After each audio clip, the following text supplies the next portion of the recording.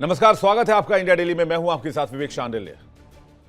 उत्तर प्रदेश के चुनाव में अभी भले ही वक्त हो, लेकिन 2027 की चुनावी बिसात बिछने लगी है।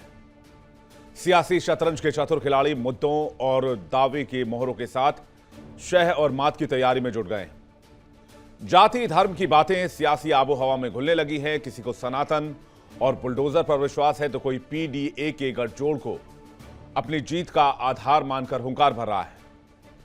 वही हाथी भी धीरे धीरे ही सही अपने भारी भरकम पांव अपने लक्ष्य की ओर बढ़ाने लगा है, तो कोई इस्लामी दांव के दम पर खेल बिगाड़ने का दावा कर रहा है।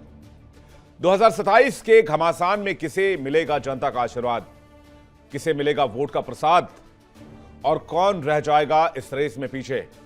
इस सियासी रण में कौन कौन से हथियार होंगे कारगर, कौन कौन से मुद्दे वादे जनता को लुभा पाएंगे, इन तमाम पॉलिटिकल खबरों के लिए आज से हम आपके लिए लेकर आ रहे हैं खास पेशकश सिंहासन, जहां उत्तर प्रदेश की सबसे बड़ी खबर पर न सिर्फ हम आपको विस्तार से जानकारी देंगे, बल्कि हम आपको डिबेट भी दिखाएंगे। आज की सबसे बड़ी जो खबर है वो ये है कि उत्तर प्रदेश में नमाज के नाम पर सियासी घमासान छिड़ा हुआ है। सीएम योगी ने कहा, प्यार से मानेंगे तो ठीक है, नहीं मानेंगे तो दूसरे तरीके भी हैं। यूपी के सीएम योगी आदित्यनाथ ने एक बार फिर सड़क पर नमाज को लेकर दो टूक शब्दों में चेतावनी दे दी। सीएम का कहना है कि सड़क आम नागरिकों के लिए है और नमाज के नाम पर सड़क को बाधित करने वालों से सरकार सख्ती से निपटेगी। सीएम योगी ने अपने चिर परिचित बेबाक अंदाज में चेतावनी दी कि सरकार का नियम सबके लिए समान है। ऐसे में सड़कों पर अराजकता फैलने नहीं देंगे। संवाद से मानेंगे तो संवाद से, नहीं तो दूसरे तरीके भी सरकार के पास हैं। इसके साथ ही सीएम योगी ने मुसलमानों को नसीहत दी कि अगर तुम्हारे घर में रहने की जगह नहीं है तो संख्या नियंत्रित कर लो।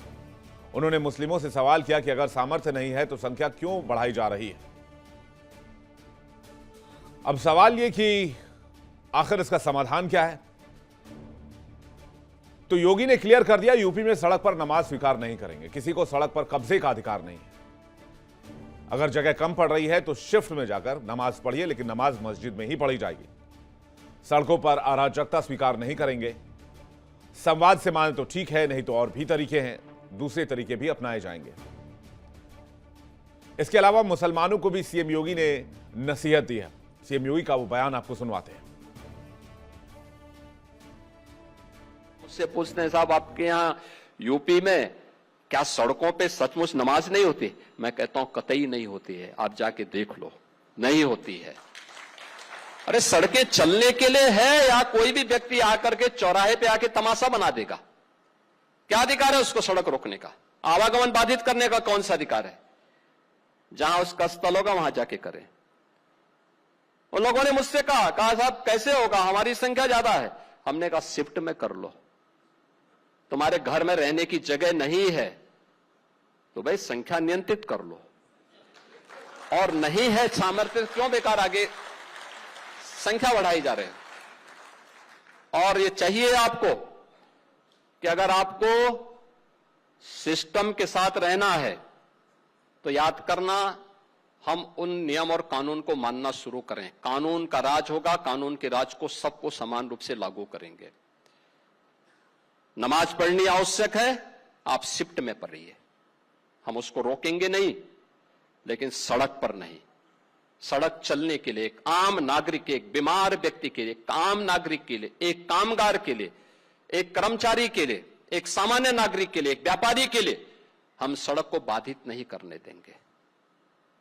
सरकार का नियम सार्वभौम है, सबके लिए समान रूप से लागू होता है। हमने सबको कहा, हमने कभी नहीं चलने देंगे, अराजकता नहीं सड़कों पे फैलने देंगे। प्यार से मानेंगे ठीक बात है, नहीं मानेंगे तो दूसरा तरीका अपनाएंगे। हमारा काम है संवाद बनाना। आप संवाद से मानेंगे, संवाद से, नहीं तो संघर्ष से भी देख लो। बरेली में लोगों ने हाथ आजमाने का कार्य किया, देख लिया ताकत। इसलिए सरकार उन सिस्टम के साथ पूरी व्यवस्था को जोड़ना चाहती है। तो सरकार सबके लिए बराबर है। अब सीएम योगी नमाज को लेकर कोई बयान दे, मुसलमानों की आबादी को लेकर कोई नसीहत दें और सियासत ना हो, यह कैसे हो सकता है? वो भी तब जब यूपी विधानसभा चुनाव में साल भर से कम समय बचा है, तो समाजवादी पार्टी के अध्यक्ष अखिलेश यादव मैदान में उतरे। अखिलेश ने कहा कि अगर मुसलमान सड़क पर नमाज पढ़ भी ले तो दिक्कत क्या है। इसे लेकर उन्होंने संविधान की धार्मिक स्वतंत्रता के अधिकार का एंगल भी जोड़ दिया और कहा कि संविधान सबको बराबर का अधिकार देता है। तो अखिलेश ने सीधा सपोर्ट किया इस मामले में मुसलमानों को लेकर। उन्होंने कहा कि यूपी में सब काम सड़कों पर ही होते हैं, तो सड़क पर नमाज क्यों नहीं पढ़ा जा सकता। जगह नहीं होने की वजह से लोग सड़क पर नमाज पढ़ते हैं, इसमें दिक्कत क्या है। सड़क पर नमाज पढ़ने को लेकर विवाद नया नहीं है, कई सालों से इसे लेकर सियासत हो रही है। कई लोग सड़क पर नमाज पढ़ने के खिलाफ हैं, कई लोग इसे धार्मिक स्वतंत्रता के अधिकार से जोड़ते हैं, संविधान का हवाला देते हैं। ऐसे में जानना जरूरी है आखिर हमारा कानून सड़क पर धार्मिक आयोजन को लेकर क्या कहता है, चाहे वो नमाज हो या फिर किसी भी दूसरे धर्म से जुड़े आयोजन हो। आखिर कानून इसे कैसे परिभाषित करता है, जिस सरकार की बात योगी आदित्यनाथ कर रहे हैं। संविधान के मुताबिक सभी को धार्मिक स्वतंत्रता का अधिकार है, यह बात सही है। अनुच्छेद 25 में धार्मिक स्वतंत्रता का उल्लेख है, यह भी बात सही है। सार्वजनिक व्यवस्था, नैतिकता, स्वास्थ्य सेवा के अधीन है यह अधिकार। लेकिन सड़क पर धार्मिक आयोजन को लेकर कोई स्पष्ट दिशा निर्देश नहीं है। जनहित, नैतिकता और स्वास्थ्य आधार पर प्रतिबंध लगा सकती है सरकार। 28 अप्रैल 2026 को सुप्रीम कोर्ट ने एक फैसला भी सुनाया था।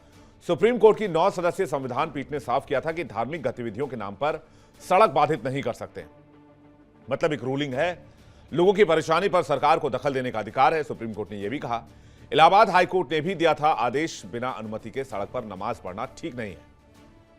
मतलब संविधान के प्रावधान और फिर सुप्रीम कोर्ट के हालिया फैसले से एक बात तो साफ है कि किसी भी धार्मिक आयोजन के लिए सड़क को बाधित नहीं किया जा सकता है। सड़क पर राहगीर चलता है, किसी जरूरतमंद का कोई जरूरी काम हो, कोई व्यक्ति अस्पताल जा रहा हो, कोई व्यक्ति ट्रेन पकड़ने जा रहा हो, कोई फ्लाइट पकड़ने जा रहा हो, कोई ऑफिस के लिए लेट हो रहा हो, किसी को अस्पताल में दाखिल कराना हो, कोई किसी गंभीर बीमारी से ग्रसित हो, हर कोई अपने अपने काम को लेकर सड़क का इस्तेमाल करता है। और अगर सड़क को जाम किया जाएगा तो इसे लेकर सरकार के पास दखल देने का अधिकार है। सरकार को अगर लगेगा कि सड़क पर कोई धार्मिक आयोजन आम लोगों के लिए मुश्किलों का सबब बन सकता है, तो उसके खिलाफ सरकार कदम उठा सकती है। तो ये तो हुई कानून की बात। जहां तक धार्मिक नजरिए का सवाल है, कई मुस्लिम धर्मगुरु भी सड़क पर नमाज के पूरी तरह से खिलाफ हैं। क्या कहते हैं धर्मगुरु? वो कहते हैं कि सड़क पर नमाज को गलत माना गया है। ऑल इंडिया मुस्लिम जमात के राष्ट्रीय अध्यक्ष का बयान आया, मस्जिद में ही नमाज का प्रावधान है। मौलाना शहाबुद्दीन रजवी बरेलवी ने कहा नमाज सड़कों पर नहीं पढ़नी चाहिए। साजिद रशीदी ने कहा अलग अलग शिफ्टों में नमाज पढ़ लें आप। भारत को बेशक दुनिया भर में हिंदू देश के तौर पर देखा जाता है, लेकिन इस देश में वर्ष 2011 की जनगणना के मुताबिक 17 करोड़ मुसलमान रहते हैं, जो 96 करोड़ हिंदू आबादी के बाद दूसरे नंबर पर है। आबादी के अनुपात में भारत में भी खूब मस्जिदें हैं। इनकी संख्या के मामले में ये पाकिस्तान और बांग्लादेश या खाड़ी देशों से भी आगे है।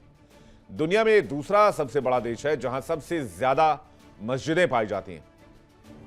भारत में मस्जिदों की ऑफिशियल संख्या कोई आधिकारिक आंकड़ा तो नहीं है, लेकिन अलग अलग डेटा रिसर्च से अलग अलग जानकारियां मिलती रहती हैं। डेटा रिसर्च कंपनियों के हवाले से जो अलग अलग दावे हैं, उसकी फाइंडिंग रिपोर्ट में भारत में तकरीबन 7 लाख मस्जिद मौजूद है। अब जब भारत में 7 लाख मस्जिद मौजूद है, तो फिर मुसलमान सड़क पर नमाज क्यों पढ़ेंगे? इस्लाम दुनिया का दूसरा सबसे बड़ा धर्म है। इसके मानने वाले तकरीबन दुनिया के हर देश में मौजूद हैं। दुनिया के मुसलमानों की संख्या के हिसाब से इंडोनेशिया सबसे बड़ा मुल्क माना जाता है और इंडोनेशिया में ही सबसे ज्यादा मस्जिद हैं। इसके अलावा दुनिया के किस देश में कितनी मस्जिदें हैं, इस पर भी एक नजर आप डाल लीजिए। कहते हैं इंडोनेशिया में सबसे ज्यादा मस्जिद है, जहां 8 लाख के करीब मस्जिद है। भारत में इसके बाद दूसरा नंबर है, भारत में 7 लाख से ज्यादा मस्जिदें हैं। बांग्लादेश में मस्जिदों की संख्या 3.5 लाख है। पाकिस्तान में मस्जिदों की संख्या 1,10,000 के करीब है। मिस्र में मस्जिदों की संख्या करीब 1,10,000 है। सऊदी अरब में मस्जिदों की संख्या करीब 1 लाख है। तुर्की में मस्जिदों की संख्या करीब 85,000 है। ईरान में मस्जिदों की संख्या करीब 80,000 है। नाइजीरिया में मस्जिदों की संख्या करीब 80,000 के करीब है। दरअसल हमने भारत और दुनिया के दूसरे देशों में मस्जिदों की संख्या वाले आंकड़े इसलिए रखे क्योंकि कई लोग अक्सर ये रोना रोते हैं कि भारत में मुस्लिम आबादी की तुलना में मस्जिदों की संख्या कम है, जिसे भारत में नमाज की जगह नहीं मिल पाती। लेकिन आप समझ सकते हैं कि यह लॉजिक मस्जिदों की संख्या के आधार पर निराधार है, क्योंकि भारत में मस्जिदों की संख्या 7 लाख के करीब है या उससे ज्यादा है।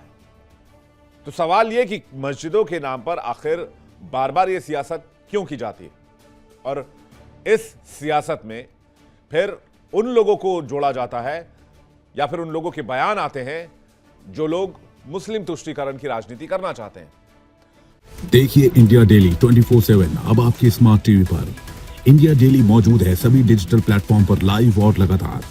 इंडिया डेली 24/7 हर दिन राष्ट्र को समर्पित।